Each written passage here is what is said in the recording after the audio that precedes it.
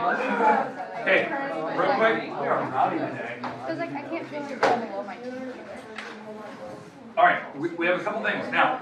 Homework today that we're gonna be getting. Again, the section we're in. We're in section 2.5. We're dealing with rational roots. This is going to be the last day that we talk about this stuff. We are going to go into more like the graphing idea and all that good stuff, where we tie in everything together tomorrow and Thursday. The problem is today we have to cover everything we've discussed. So we still have to deal with division. So on your homework that you're going to get, you will have two forms of division. You're going to have long division and synthetic. So if there's a certain type today that you're not comfortable with, those are the types of questions we'll kind of go through as we're doing these problems. Okay? Because I can do a long division problem in the middle and we can review it. Okay? As we go. Now, the other thing is we need to make sure that you know the rational root theorem. That's the one where you take the back number and the front number and you make every combination of x-intercepts you can possibly make. And we talked about how you can get to a reduced form to figure out all the rest of the remaining roots by how you can like synthetic divide them out or synthetic substitute. That was one of our new concepts we've kind of introduced with synthetic substitution. So you're going to have to be able to do that. I think there's two problems you're going to have to do those types of problems. Now, the other new stuff I introduced yesterday, which a lot of you said you already remember, was the Descartes rule of sign. Rule of sign. Now, there's two problems I'm going to give you. You have to just do that. You don't have to find all the roots. You just have to give me the Descartes rule of sign for it. Do you know what it tells you? Okay, because we're going to practice that today. One of our first examples, I'm going to do one of these rational root problems, and we're just going to do Descartes rule of sign right to it, just so you can see it. Okay, so we'll just do it all in one problem that covers everything that we need. And then the last stuff, we have one new piece today, which really isn't new. It's just I want to discuss it on how you can create a polynomial. What I mean by that is how you can create a specific polynomial that that meets certain configurations, right? So that has certain parts to it that I want to discuss. Okay, and that's what we're going to end with. And on your homework, I'm going to give you two of those. So it's kind of got a mixture of everything, but we have to throw it together so you kind of know what you're doing. Okay, so we're going to start with this stuff and kind of work our way through, and I know that division and synthetic will be in there, so I'm not going to just focus on those today. I'm going to focus on this bottom part. I'm going to try to do maybe an example of each type today. Does that make sense? And hopefully you know it. I think the bottom part is really straightforward, but I want to make sure that you know how to do it. Okay? So rational roots. So I'm going to take a problem out of the book, and no, Justin, I'm not going to give it to you. Why? Thanks for hiding it in the back. I didn't hide it. Really? It was behind Who did that? the cell phone caddy, and it fell out in the middle of class. I did not hide it. Yeah. I promise you. I'm watching you. Who else would All right. I think he promised you that I did not hide your He's book. not lying. He didn't hide it. I think Justin's lying. You've been watching. It's not. Watch me because I didn't hide it. Let's look at the camera. Yeah, let's watch the video of what it's Oh no. Oh no. Okay, here we go. Okay, first problem here. I want to do the rational root theorem, figure out the possible rational roots, figure out which ones work, if any do. We can try to reduce it if possible, and then we're going to see the Descartes rule signs. We're going to do it kind of all in one. So you can kind of see like each part of these, one example of each. Okay? Alright, so the rational root theorem. Which number up here is my constant? 2. The back number. This is the constant term, right? Now, okay, so constant term. So we're going to use the 2, and that number goes on the top of the numbers we're trying to use. So the 2 is on the top, and it's all the numbers that multiply give me 2, so it's 2 and 1. Okay, so those are going to be my top options. Now on the bottom, what is the leading coefficient? Wait, where'd you get the one from again? You pick all the factors of this number. So if it's like a 12, you use all the numbers that multiply to give you 12. 1s, 12s, 2s, 6s, 3s, and 4s. So you make every combination. Okay, so now, the leading coefficient, what's the biggest number out front? 2. That number goes on the bottom and all the factors of it. Okay, so all the factors of that number. Now that we have that, now we have to make every possible combination using constants on the top, leading coefficients on the bottom, and we have to check which ones work. And yes, we have to focus on positive and negatives. Unless we did the Descartes rule sign to figure out which ones we can throw out, we're going to check them all right now. Now, to make every combination, and again, positive and negative, we could go 2 over 2, which is 1. We could go 2 over 1, which is 2. We could go 1 over 2, which is half. Or we could go 1 over 1, which we already have covered. We don't need to do a repeating one. So if, 2 over 2 is the same as 1 over 1. So I don't need to repeat that. So these are my 6 numbers I have to check. Okay, so Nicole, try positive 1. I don't know, try negative 1. Mara, you want to do one? This group anyway. Yesterday. That group. Try positive 2. I don't have an adding machine. Try negative 2. I think you Try half. I'll try negative half. I'll do the negative half. It's like, I don't know, calculator on home. Cassie is not 15 capable is of not doing the second round. No. Positive 1 does not work. Okay, positive 1 doesn't work, so we'll throw that one out. Negative 1 So doesn't we work. play last Negative 1 doesn't work. Played alright. So we threw those both out. Oh. Keep going. Okay, who's got positive 2? Mars, get on that. Mars on top. Mars on positive 2? Good work. Yeah. I don't own a calculator. She's on top of it. Okay, No. so you're Oh, negative Cassie 2. struggles on Two of these math problems. They're in the back. Told you it didn't work. It didn't work. Which one did? Positive. Okay. What about negative 2? Justin, what about negative 2? It probably works. It works. It works? Yeah. Are you just straight guessing It it? does. Yeah. His brain told me no. I did it in my head. It works. Alright. If it doesn't work.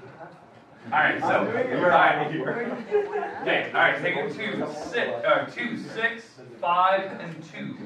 Alright. So, we drop down the first number. Okay, drop down the first number, which is 2. Multiply by the number in the box, drop it straight down. Multiply by the number in the box, drop it straight down. Multiply by the number in the box, straight down. It actually does work. I did it in my head. I told you. I told you Alright, it works. so, hey, we found a number. So that was what, negative 2? So, negative 2 was one of the roots. Now, why I chose to do the way we did. So we would, if you did it by synthetic substitution, you would just take the negative 2 and plug it into all the spots using the parentheses in the correct locations. And yes, if you got a 0, you knew that it worked, and Ray, you were saying that you did in your head and it worked, right? You gave 0. Okay? Now, if you synthetic divide it or long divide it, it should give you a remainder of 0. That's how you know it works. This part right here is the reduced form. This is the constant, this is the x term, this is the x squared term. This part right here, if you can factor that out, that'll give you the remaining roots. And that's what we're doing. That's why it was nice that we found one person in here who found a number that worked right away, because when you divide it out, You're welcome. you get the rest of them. And so now I can factor this part. I can factor this apart because it's a trinomial. It's going to be plus and plus. Let's go 2x and 1x. 1 and 1. And hopefully that gives me the 2 in the middle. Does that give me 2? That gives me a 3 in the middle, so not 2. That's close. It's good It enough, was right? close. So it looks like maybe this last part is maybe not factorable. So what we can do to figure out the remaining roots, if you cannot factor, you could try, if you found another one that worked, you could try to divide it out, or, what? The between thing. You could do the between thing, make the table, You don't want to do that. or, here's the thing, what is my final reduced A function? quadratic. It's quadratic. Just do the quadratic formula. and it'll give you the x-intercepts. So, the quadratic formula, if you don't remember, it's negative b plus or minus, So you plug in that whole, that whole song and dance number, and this will give you. Mr. Ward, could you do the little song and dance? I don't know the No. dance. You do the dance. No. All right. So this whole like quadratic formula gives you what your x-intercepts are. Well, what this tells me is when I look at this, it will tell me if they're imaginary or real. So, because I couldn't factor this thing apart, so I was figuring out maybe they're decimals, because it was non-factorable. But in fact, by doing this whole setup, by doing the quadratic, what you're actually looking at here is you're actually figuring out that this turned out to be imaginary. Like the number inside the radical is actually turned out to be a -4. Wow. So the last two roots are actually imaginary. In fact, what they are, it's -2 plus or minus -2i, or I should say 2i if you actually take the square root of it, and the 4 is on the bottom. These are the last two roots. They're imaginary. When you actually took the radical of that 4 minus 8. Yes. So this problem did have 3 x-intercepts, but 2 of them happen to be imaginary. The third one was the -2. You know what's stupid? Imaginary numbers. Yes. All right. Now, hey, here's a question. You are always allowed today, if you want, if you're down to the reduced form, you're allowed to do the quadratic right away. If you don't, you can try to factor it apart. Some of them are definitely factorable. You can just factor it apart, figure out the remaining ones are. But if it's imaginary, it's because of that. And by checking that, you'd be able to see that. Okay? Because you can reduce this thing down and actually solve it out. Now, is there any questions with the idea of how to find the rational roots? Like how we set up all these options? Or how you check them? Or how you reduce it down? Now, it's probably a good thing we didn't check half and -half, because we knew they weren't going to work anyways. It's always positive. So, it's always positive, because the negative side. All right, now, Thank you. next thing. We're going to do the same problem. We already know what the roots are, but I want to do the Descartes rule of sign, because you're going to have a couple problems where that's all they ask. They don't ask you to find all the roots. They just ask you to do the Descartes rule of sign to figure out what are the combinations that it could have been. Well, in my problem, like this one, it was a negative number, and it was imaginary. So what I'm betting on is if we do these sets, we'll see that when we actually do the Descartes rule of sign. Okay, so does everyone have this written down? Yes. We're good? Okay, I'm going to get rid of it. I would like you to write down the same problem again. Just give yourself some space, because we're going to do Descartes rule of sign. Wait, are we not doing problems? We are, eventually. That was a problem. So, Number. Is it our homework? maybe. Oh my gosh, did you write it down? Okay, now, we're going to do the Descartes rule of sign of this problem, so I'd like you to write it down. I'll give you a minute here. If you haven't already, give yourself some space. How much Right now, space I'm do trying we to need? equation, but I just can't You think I need more? No. figure it out. Hey, you got to quiet. This is the last class is to watch a video today, and I want to hear you talking the whole time.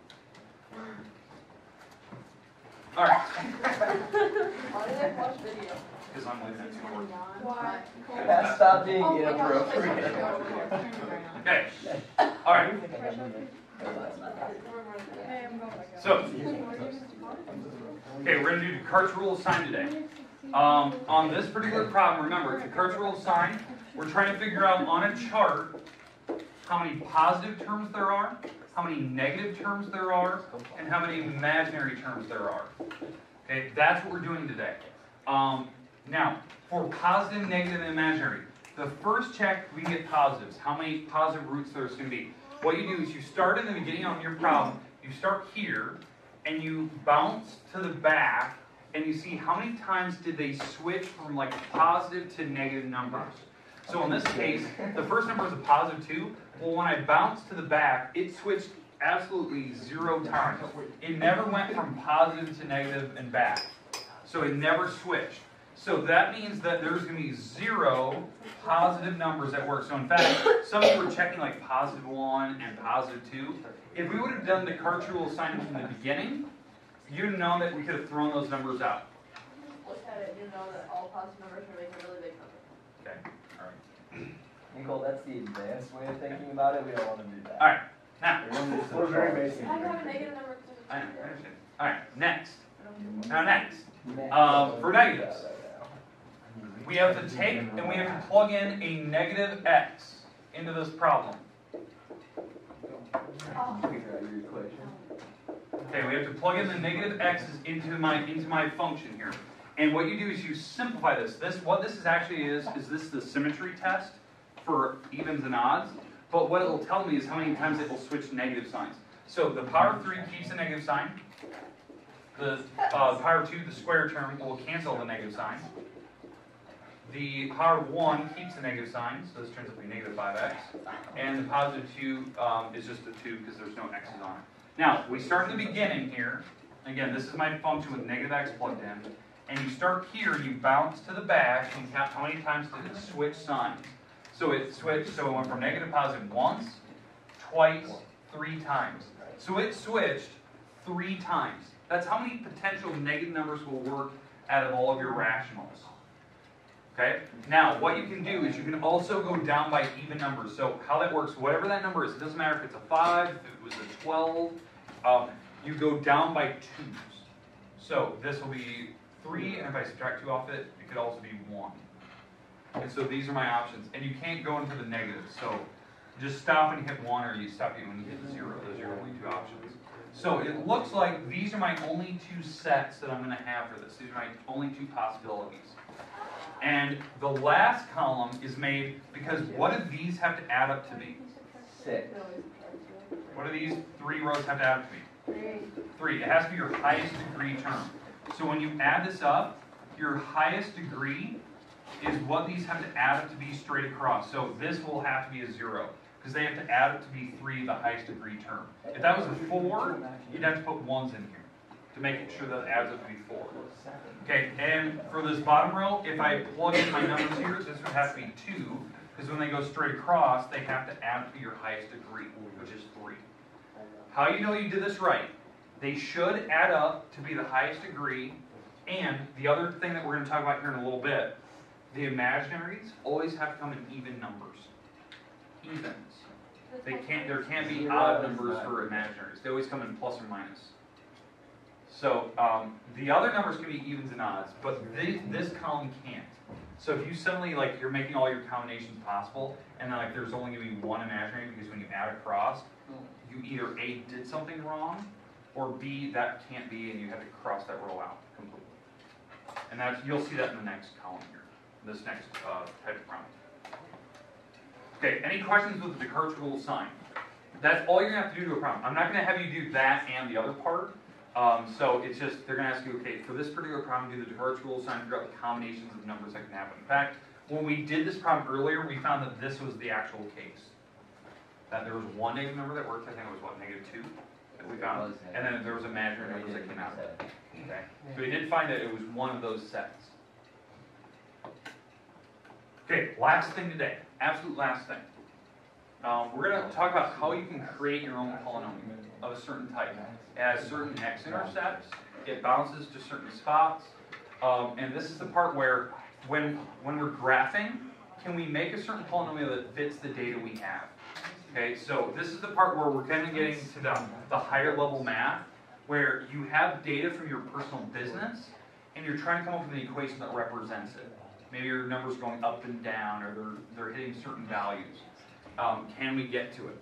Okay? All right. So, here's the idea.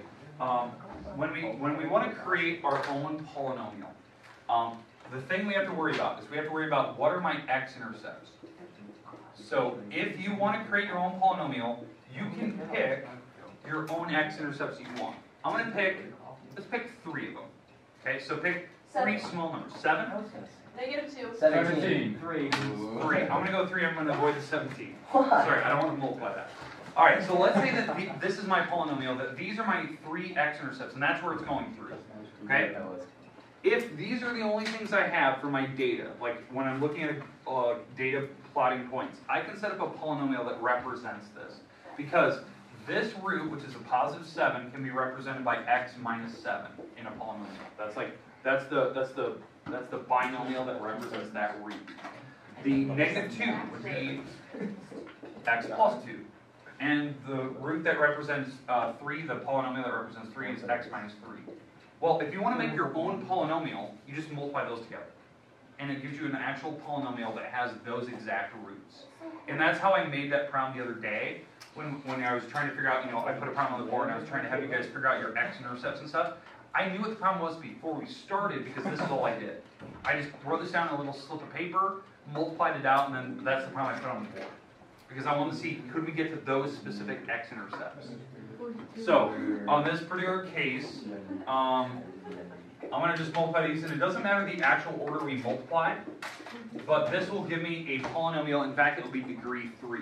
So if I actually multiply this out, this is x squared minus 1x minus 6. If I FOIL first out of the last, and then we take it times negative 7, so that's x cubed minus 7x squared minus x squared plus 7x minus 6x plus 42. If I multiply everything out correctly in my head, and this turns out to be x cubed minus 8x squared plus 1x plus 42. And this would be my polynomial that has those x-intercepts.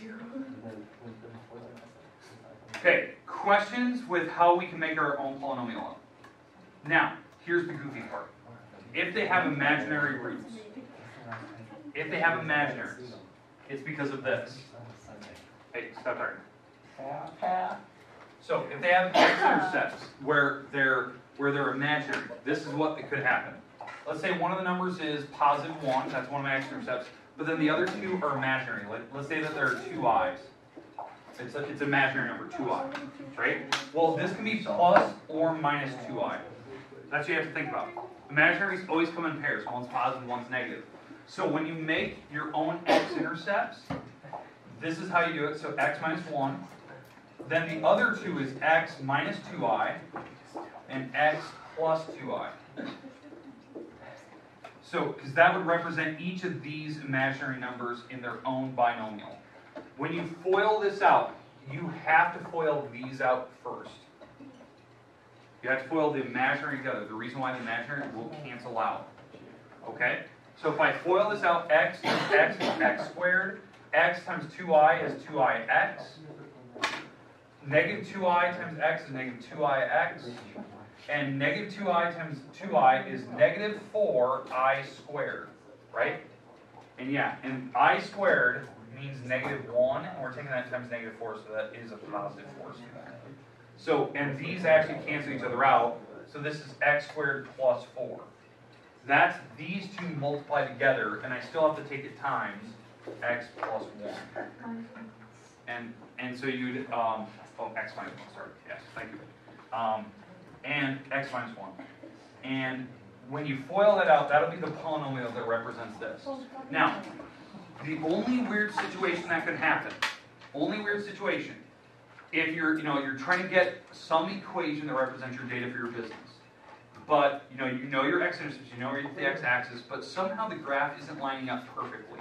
Like maybe your graph goes really high or really low compared to what's showing on a calculator on Google when you type in your function, because you knew where you're hitting 0 profits, which certain months it was, March, February, July. And you're typing these in, you're like, I can't get it to match up perfectly. It's because there is an other coordinate you could have used. What I mean by that is that when you're making up your own polynomial, now let's say my polynomial only has 2 x-intercepts, but your data wasn't representing it correctly, like when you're graphing it wasn't representing everything perfectly, is because you need to pick another point on the graph.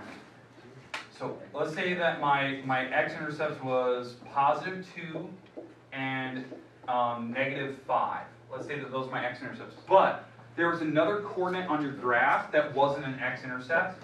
and it was when you plugged in -1, it gave you 40 out.